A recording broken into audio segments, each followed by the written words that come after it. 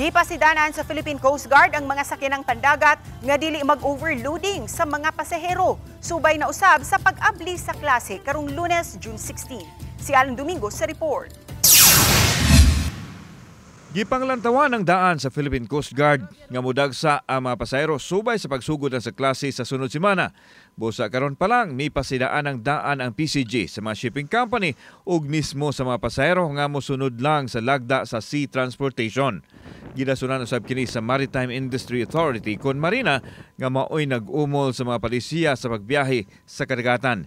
Dili matud pa mamahimong tugutan ang excess passenger o overloading sa mga pasahero. Diin dili mahimong mag-share sa mga life-saving device sama sa life jacket nga haom ra gyud sa gidaghanon sa mga pasahero.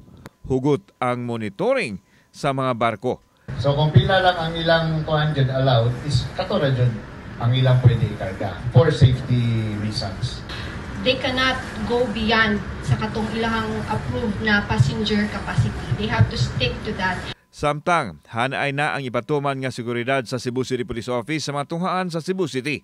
Ang mga police outpost ipangbalhin sa matunghaan diin himuon na kining police assistance desk nga mutabang sa pagpahapsay sa sulod ug gawas sa mga eskwelahan. Nilipat natin sila doon sa mga school, especially public school. Ginawa natin silang police assistance desk.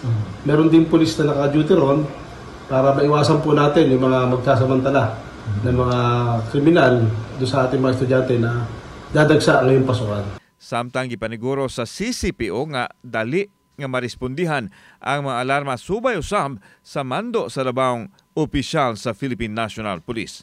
Kauban si Rod Prado, ako si Alan Domingo. Balitang